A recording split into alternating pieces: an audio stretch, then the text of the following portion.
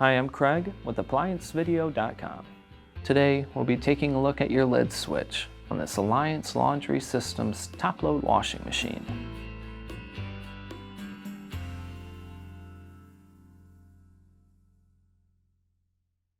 Stop. Before beginning any repair, always be sure to disconnect the power to the appliance.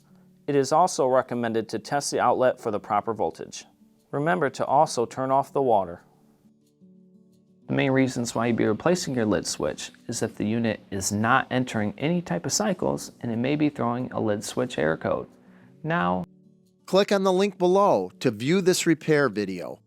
ApplianceVideo.com guides you step by step, giving you the confidence to avoid recalls and callbacks, also saving time on repairs. Whether you're up against an uncommon repair or the latest appliance on the market, our videos have been created with you in mind.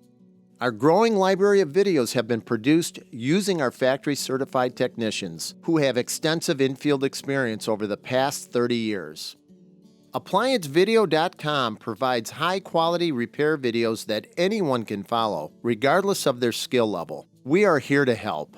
Click on the link below to view this repair video and let us help you do it right the first time.